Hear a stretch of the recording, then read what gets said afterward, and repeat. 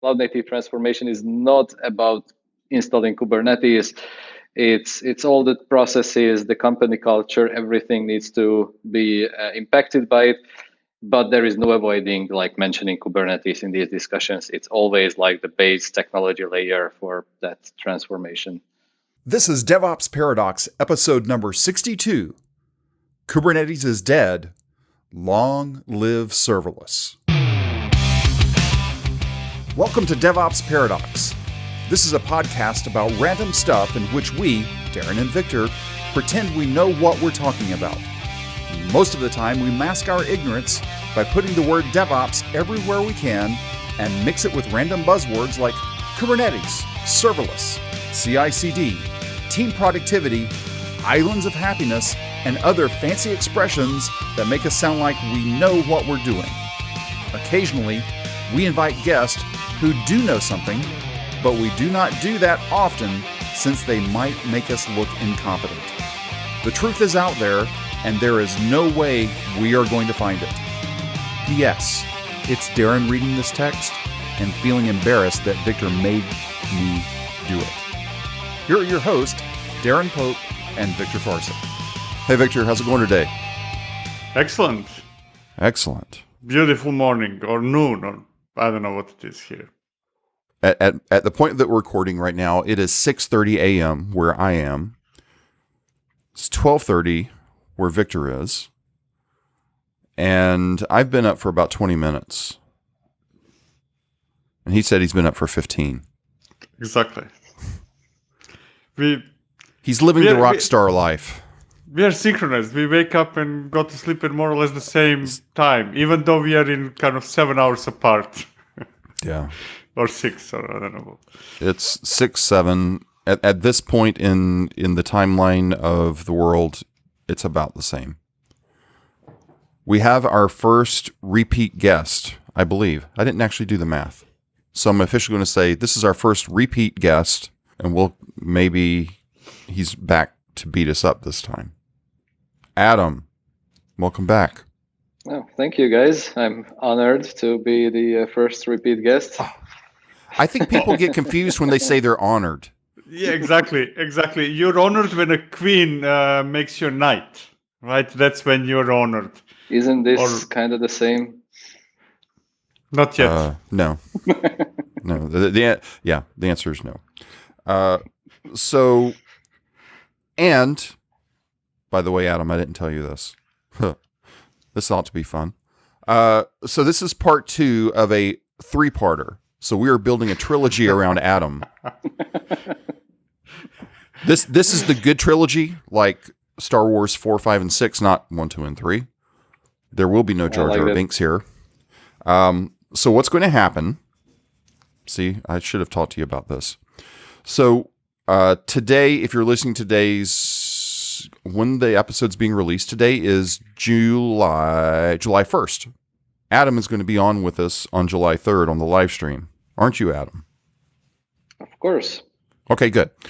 We'll talk details later. And if he's not, please don't hold it against Adam. No, hold it against Adam. You need to have a leverage against him. I'm sorry. Exactly. We should have talked about this. I had it all planned out and I forgot to talk to anybody about it. That's my fault. If it's any consolation, Darren did tell me, but I forgot almost immediately afterwards. Did I tell you? Yes. Oh my gosh. This is the problem when I don't go to bed by 9 o'clock at night. I don't remember anything. The topic that y'all were talking about, and this is how we're going to title it today, Kubernetes is dead. Go explain, why do you think so, Adam? Why do I think so? Yeah. I have opinions on this too. I have opinions on this. Really? Come on. Go ahead, Darren. Do you want me to go first? Yes. Okay. All right. So my opinion is Kubernetes is dead because many people that are running Kubernetes, and let's finish the sentence. Kubernetes is dead on arrival. Because people are taking it's like, oh, this is yet just another application I need to run. And they don't understand what they have. and how much work it's going to take to actually run and operate a Kubernetes cluster? I would rephrase it a bit and say that what I would really like to say is that I believe that Kubernetes will become irrelevant, not part of discussions, just like hypervisor is today, right? I think that we are slowly going towards a place where actually there is Kubernetes somewhere, right? But you're not really even using it directly anymore. Similar, like, I don't know, like if you go to Lambda, and I'm not suggesting that anybody should use Lambda, that's a separate subject, but there is some kind of orchestrator behind it, right? But you don't care about that anymore. And I think that that's the future, that it becomes an irrelevant implementation detail that most people don't care about. Okay, so that's two very different statements for me to disagree with. I wanted to get you out of your comfort zone. Yeah. What you say therein, that basically people just underestimate the complexity of Kubernetes. I'm pretty sure that's the case in many cases, but I don't think that makes it dead in any sense of the word.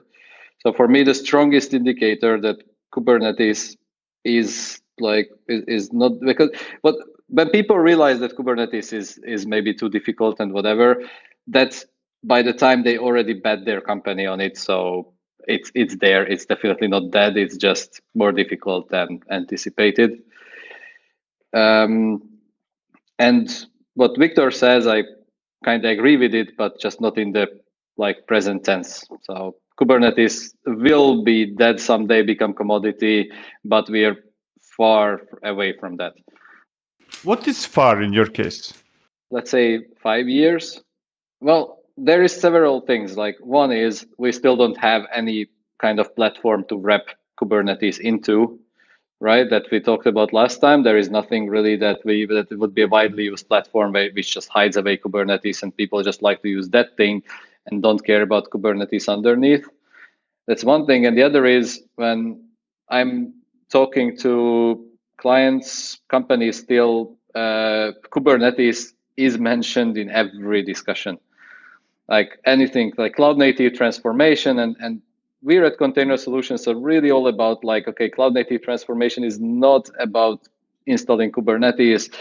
It's all the processes, the company culture, everything needs to be impacted by it.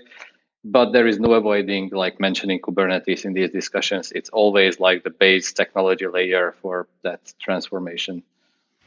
Yeah, I agree. I think that what you just said makes a lot of sense. And 5 years sounds like a reasonable kind of time frame. Wild guess. So of course, I don't know.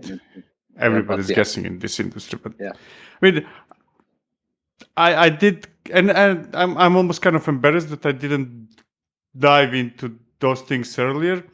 But now that I spent some considerable time with what's the name, Cloud Run and Azure Containers, I think, or something like that. It's amazing. I love it. It's it's so easy to use and so beautiful. Unusable for larger companies, without a doubt, but that's the direction. I became a believer in those things now. You mean the thingy that just runs containers without being Kubernetes, basically? We just you give it a container and it starts it up. Yes, basically, the one I like the most is Cloud Run from Google, because it is Knative. You know what it is. It's even open source, right? It's just that you either tell it this is my image, or you tell it this is my YAML, which is Knative YAML is 20 lines altogether. Choose your level of complexity. Both levels of complexity are fairly not complex, right? Yeah. And just here you go. Here you go. That. Don't bother me, please. And if let's say on-prem as well, OpenShift will almost certainly offer something like that, or whomever is the player, right, in on-prem or cloud. It's similar to what we were talking last time about, I think that I was mentioning Flagger, how it simplifies some things for the end user, not for the administrator, not for the sysadmin, but for the end user. Similar thing. Yeah, Knative is definitely a interesting abstraction on top of Kubernetes. The most interesting thing for me about Knative is it will be completely. I love that something like Cloud Run actually uses open source under the hood, and you can understand how the whole thing works and like take it apart into components. That is great. But I read on Twitter some time ago a really good like rebuke to all these Knative and these tools from somebody from AWS, of course. But he made a good point that it is very, very expensive to run these tools not at scale, basically. So the problem is when this tool is tied into Kubernetes. Kubernetes is already not great for massive scale. All big companies end up with tens or sometimes hundreds of Kubernetes clusters. Now, Knative can't bridge those clusters, so in the end, it doesn't really can't really employ like scale efficiencies in the way how Lambda can. Yeah, but efficiency in terms of resources that you need to use. Yeah, so like you actually have to manage like multiple control planes to be able to run in the end not that many functions on the same cluster. Yes, but this is where I kind of disagree with, and mostly because it comes from AWS. Because to run AWS Fargate containers, right, which is equivalent of Knative, let's say in Google, similar, right? You need to create a cluster. You literally need to create a cluster. So, and if you create a cluster for something that you will not run at scale, it's just silly.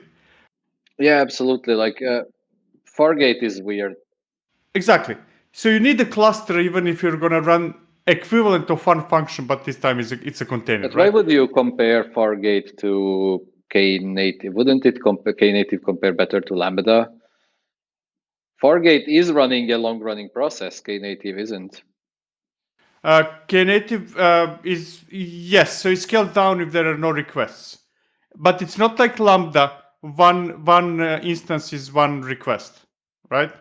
So one instance will handle, let's say, 100 requests, concurrent requests, and as long as the requests do not fall to zero for some period of time, it will always be running, right? So it's not really like Lambda. And I like to compare it because both of them input in both cases is a container, right? In case of Lambda, I think that Lambda is closer to, I think that they call it Google function or something like that, right? Yeah. Give me code. This is give me a container or container image. Yeah, it's true that the model how you supply your logic is different, but on the other hand, in Fargate you still care about your process running. You know it's gonna be one, or you know it's gonna be two. In Knative and Lambda, you don't care about how many instances are really running. Knative might implement it differently than Lambda, but you as the user don't care about it. So it's still more the functions as a service model, even though you define your function as a Docker image. Yes, yeah, it's a mixture of both and none of them actually. Now when I think about it, Yeah, kind of. But so the important thing is that if you want to, let's say you would want to, you say functions as a service are like really the next thing. absolutely not. I hate function as a service. Because function is in my context, my world, function is too small of something to be used on a considerable level.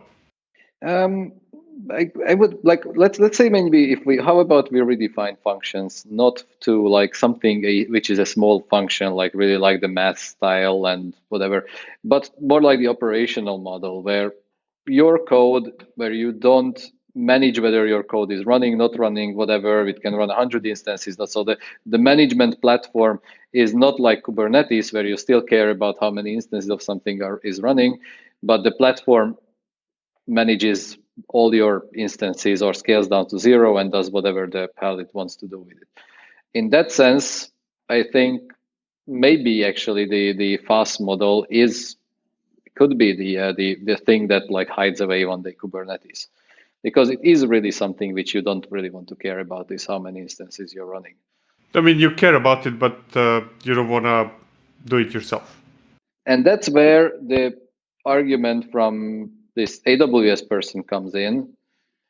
To if FAS would be the future, then you really need those economies of scale, because you don't want to run like 100 Knative control planes in your company, as opposed to like because if you would really run, let's say, something like Knative and OpenShift on an on-premise platform, you'd have to manage all those Knative. And even if you run it in Google and Google does it for you, still there are many control planes. So there is a problem with efficiency here.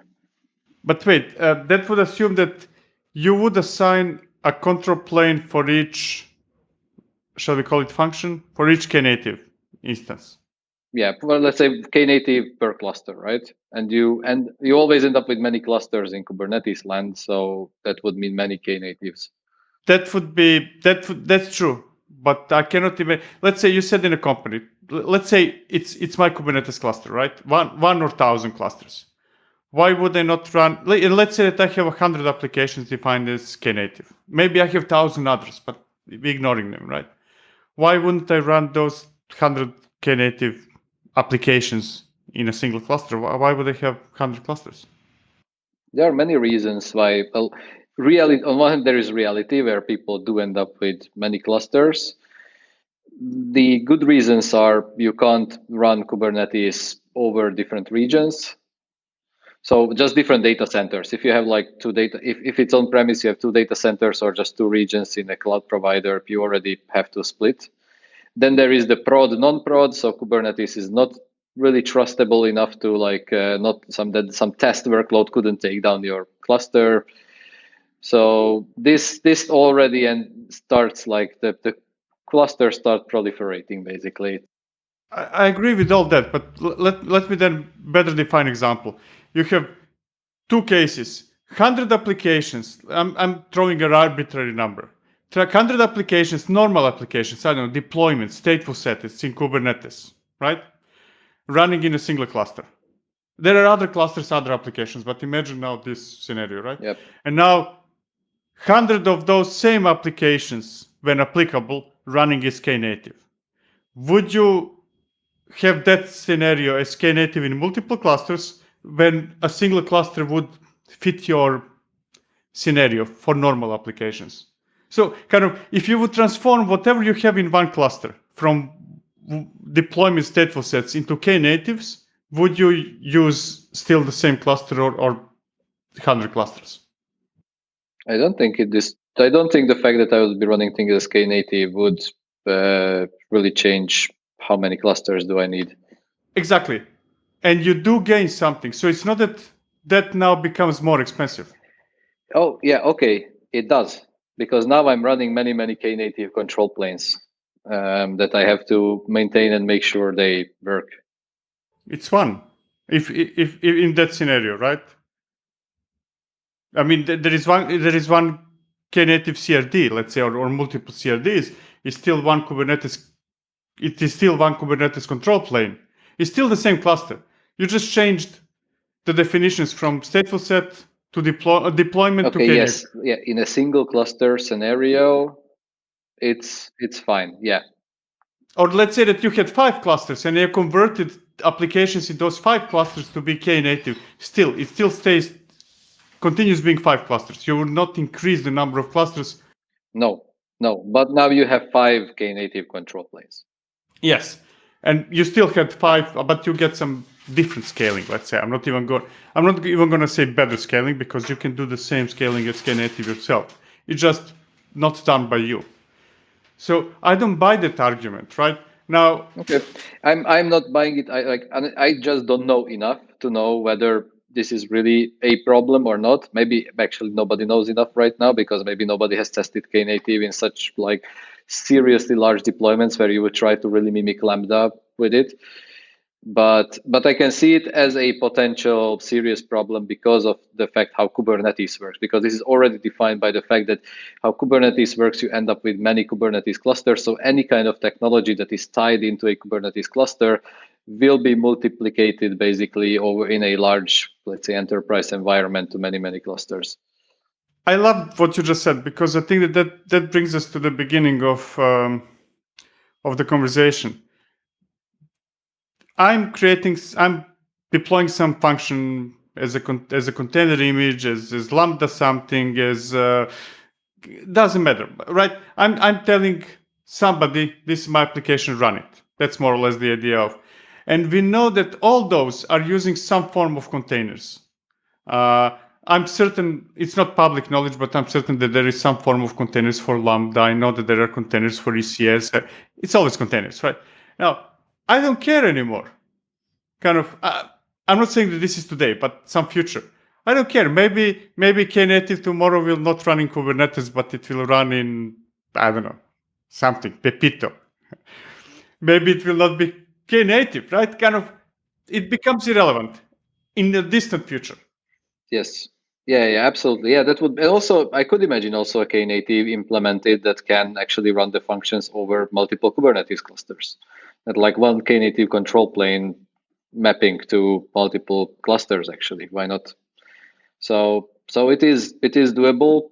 So, but these could be hurdles, but it is doable, and it's and yeah, fast could be the thing to replace the current operational model. But also there is like all the efficiencies of, like, let's say, running an application and keeping everything in memory, which is also not that easy to just lose. Even now, like a lot of things that implemented as functions will not work as efficiently, and you can end up with a much larger AWS bill also by running something on Lambda instead of running just a single container which keeps memory state actually. So we will see how long these things will be holding back this model where, yeah.